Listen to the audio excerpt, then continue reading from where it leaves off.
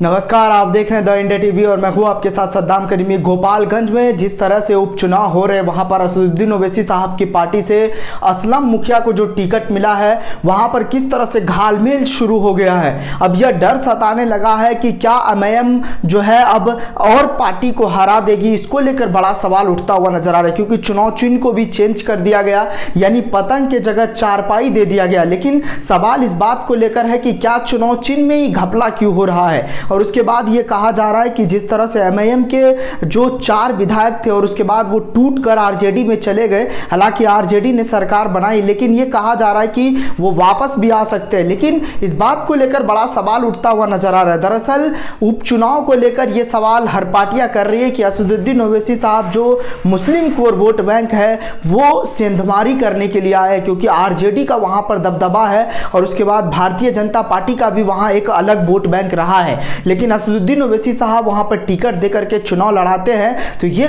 काफी अहम माना जा रहा है। और अख्तरुल ईमान जिस तरह से वहां पर असलम मुखिया को टिकट दिए हैं और उसके बाद उनके लिए चुनाव प्रचार कर रहे, कैंपेनिंग कर रहे हैं। असलम मुखिया खुद इससे पहले जब चुनाव लड़े थे विधानसभा का, उस वक्त भी वो 50,000 वोट लाकर चौथे नंबर पर रहे थे। लेकिन वो साफ तौर पर इस बात को लेकर वो कहते हुए नजर आए हैं कि अब हम दरी नहीं बिछाएंगे, अब हम अपने हक हिस्सेदारी की बात करेंगे। और असदुद्दीन ओवैसी साहब भी एक दूसरी तरफ इस बात को लेकर सवाल करते हुए नजर आते हैं कि याद रखो मुसलमानों, वो कहते हैं अपने स्पीच में कि ये रात बहुत अंधेरी और लंबी होने वाली है, तो इसको लेकर आप दिए जलाएं, उसमें जो है तेल की जरूरत नहीं है। तो ये साफ तौर पर असदुद्दीन ओवैसी का मुसलमानों को एक इशारा है और वो ये कहते हुए नजर आते हैं। अगर हम सीमांचल का जिक्र करें तो सीमांचल में किस तरह से असदुद्दीन ओवैसी ने 5 विधायक अपने पाले में लाए और उसके बाद वो किस तरह से जो है एक अलग मजबूती दिखाकर पार्टी को वहां पर कामयाबी मिली। लेकिन 4 विधायक टूट जाने के बाद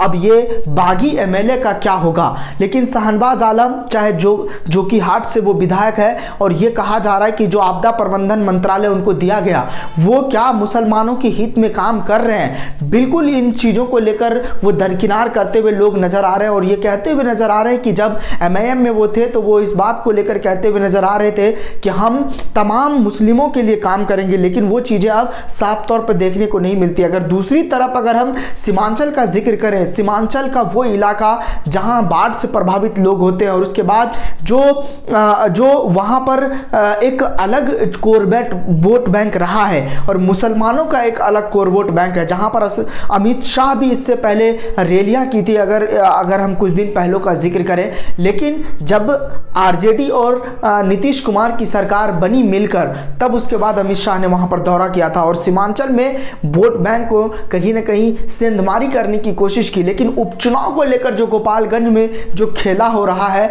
इस बात को लेकर लोग सवाल करते हुए नजर आ रहे हैं कि असदुद्दीन ओवैसी साहब के पार्टी के डर से वहां पर किस तरह से जो है चुनाव चिन्ह को चेंज कर दिया गया। जाहिर है अगर चुनाव चिन्ह चेंज होता है तो लोगों के मन में जो चीजें बैठी हुई है, क्योंकि असदुद्दीन ओवैसी साहब के पार्टी का पतंग छाप है, अगर वो वहां पर उनके प्रत्याशी को चारपाई मिल जाता है तो लोग जाहिर है थोड़ा भटकेंगे और वोट भी थोड़ा जो है कटने के चांसेज होगा। लेकिन अब ये देखने वाली बात होगी कि क्या असलम मुखिया को वहां पर कामयाबी मिलती है, क्योंकि जिस तरह से बागी एमएलए को लेकर चर्चा हो रही है। हमने उनसे सवाल भी किया था, हमारे जो वहां पर स्टिंगर है उन्होंने सवाल किया था कि क्या आप जिस तरह से 4 विधायक टूट कर चले गए, क्या आप भी ऐसे पार्टी को छोड़कर अगर जीत जाएंगे तो चले जाएंगे। उन्होंने साफ तौर पर कहा कि हमारे अंदर वो बगावत की जो है दिशा नहीं है और हम बगावत नहीं कर सकते, हमने जिनको जुबान दिया है हम उनके साथ रहेंगे हमेशा। अब इस बात को लेकर सवाल उठता हुआ नजर आ रहा है कि क्या असदुद्दीन ओवैसी साहब के पार्टी से अब जो